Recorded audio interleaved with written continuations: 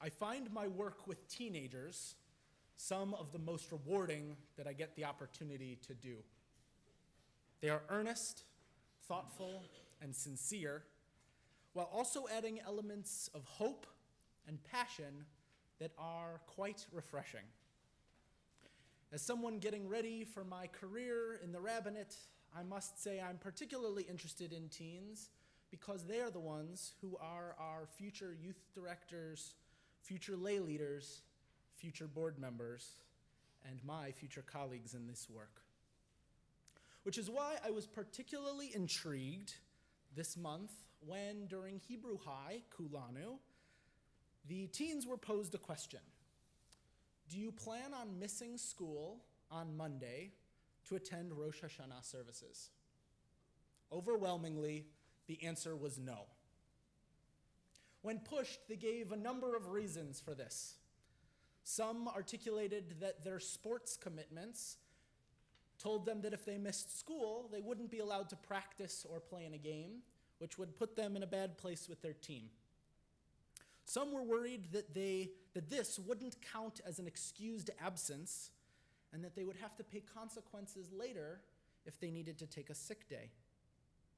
Most, though, identified the overwhelming concern of missing something at school that would hurt their grades later on down the road. The math in their young minds was that one day of school missing would jeopardize everything: their grades, their college prospects, their career, all on the line with this one decision. This shouldn't come to as much of a surprise to anyone who has met a teenager lately. The pressure on young people is incredible. From every direction, these teens are bombarded with images of what their life is supposed to look like, if only they are able to rise to the occasion. They are told they must get into an exceptional college, while at the same time feeling the pressure of what such a college will cost. They are expected to put together a resume that demonstrates leadership, excellence, hard work, and volunteerism, while at the same time just be yourself. And they spend their few moments of freedom and relaxation scrolling through social media that demonstrates just how wonderful their lives could be and are supposed to be, but because they are viewing the carefully curated accounts of influencers who are put forward and who are there to put forward a particular agenda and lifestyle. Simply put, it is not easy being a teenager. At the same time, it isn't much easier being anyone else nowadays. Teens have hardly cornered the market on elevated expectations and overwhelming pressure. We live in a world where we are almost constantly overwhelmed. Our to-do lists are endless, our obligations are innumerable, and the ability to gain access to us feels almost unimpeachable. And companies are getting smarter and learning how to leverage that. It is a growing trend to no longer count the amount of time that employees receive off.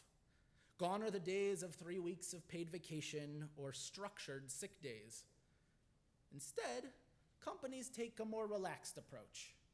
Take the time you need, don't take advantage, get your work done.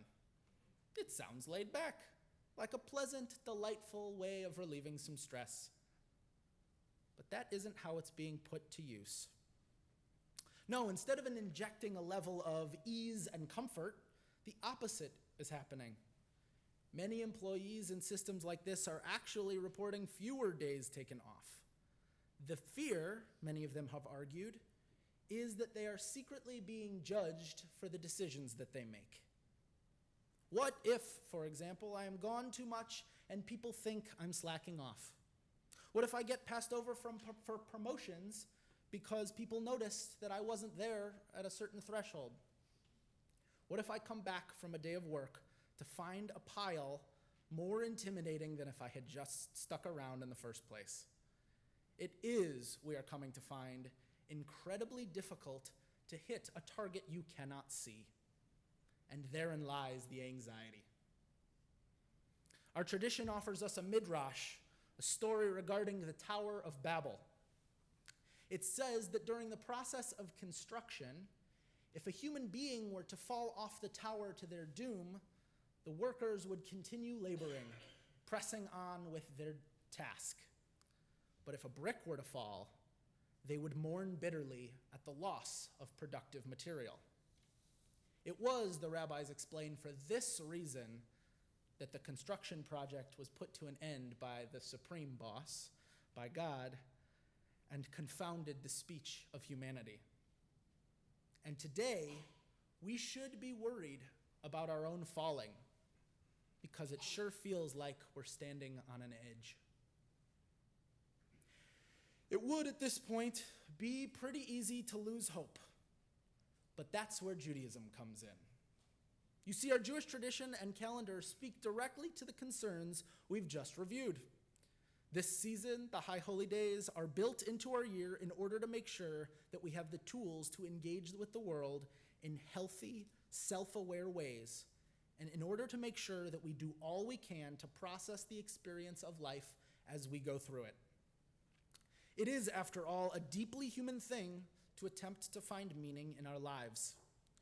We can string hundreds of days one after another, grinding out our work and plugging away at our obligations. But without the proper perspective to offer us some context and some value, we lose sight of why it is we are working so hard in the first place. The holidays are preceded by the month of Elul, a time known for its commitment to self-exploration and self-care. We in the 21st century know the buzzword self-care. What we have come to understand as a time for massages and art classes has been deeply ingrained into our tradition for centuries.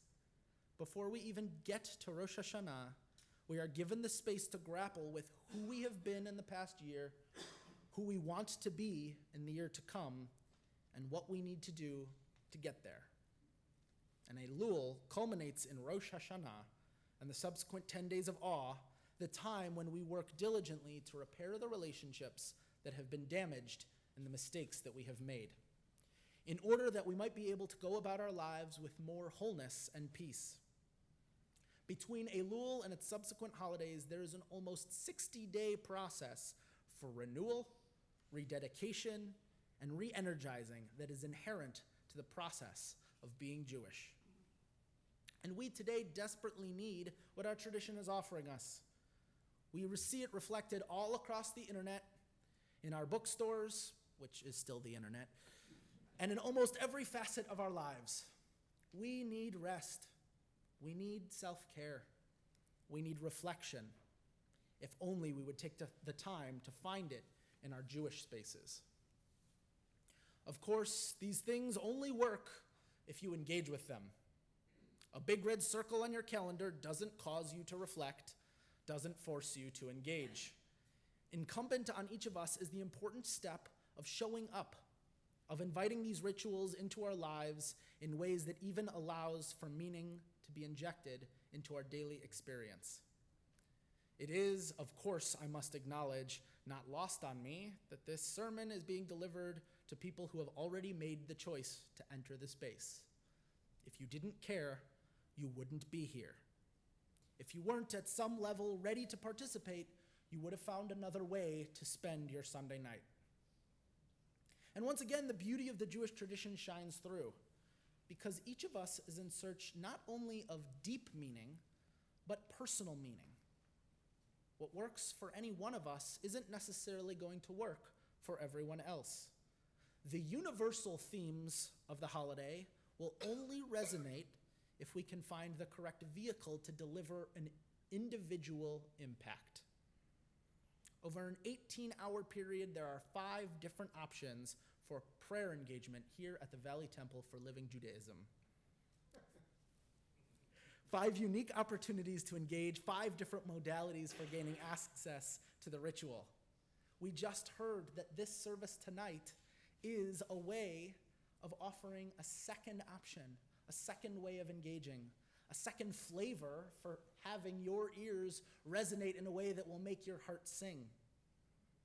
And if Rosh Hashanah is not the place that is most meaningful and most connected for you, Yom Kippur, Sukkot, Simchat Torah, Shabbat. This is the season not only to figure out what Judaism has to offer, but the ways in which you most are impacted from receiving the message. Judaism is as diverse an experience as the people living it. It is no small task to ask people of all ages to take time out of their everyday life to make the space for Jewish observance this month.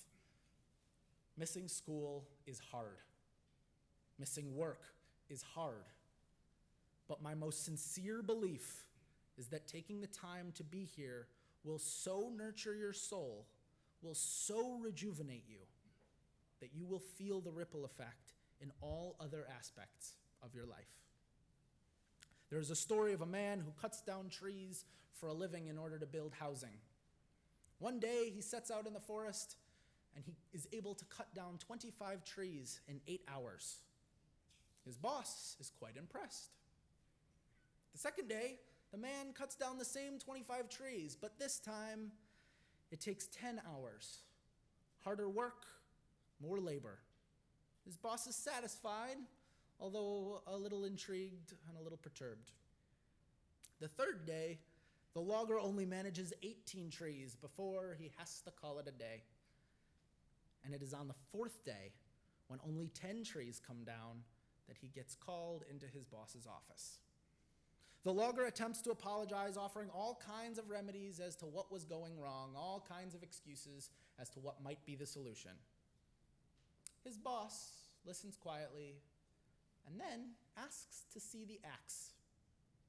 Upon further inspection, they find that the axe blade has grown dull, has fully faded into the rest of the metal. Without taking the time to sharpen his axe, the logger was hacking away, working much harder for less payoff. We need to take the time to sharpen ourselves, to give ourselves the edge we need, not only to perform at our best, but to feel fulfilled by our work.